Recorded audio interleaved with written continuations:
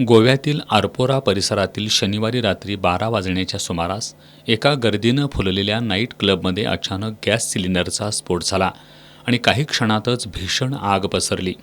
या दुर्घटनेत 25 जणांचा मृत्यू झाला असून जखमींची संख्या अद्याप समोर आलेली नाही. जखमींवर सध्या रुग्णालयात उपचार सुरू आहेत.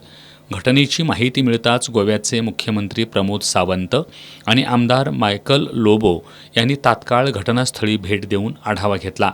मृतांमध्ये 3 महिला आणि पर्यटकांचा समावेश असल्याचे मुख्यमंत्र्यांनी सांगितले.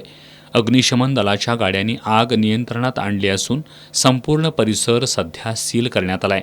प्राथमिक चौकशीत क्लबनं अग्निसुरक्षा आणि इमारत नियमांचं पालन केलं नसल्याची गंभीर बाब समोर आली आहे.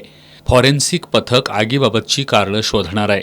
दरम्यान मुख्यमंत्री सावंत यांनी दोषींवर कायद्यानुसार कठोर कारवाई करण्यात येईल आणि कोणत्याही प्रकारचा निष्काळजीपणा सहन केला जाणार नाही असं म्हटलंय.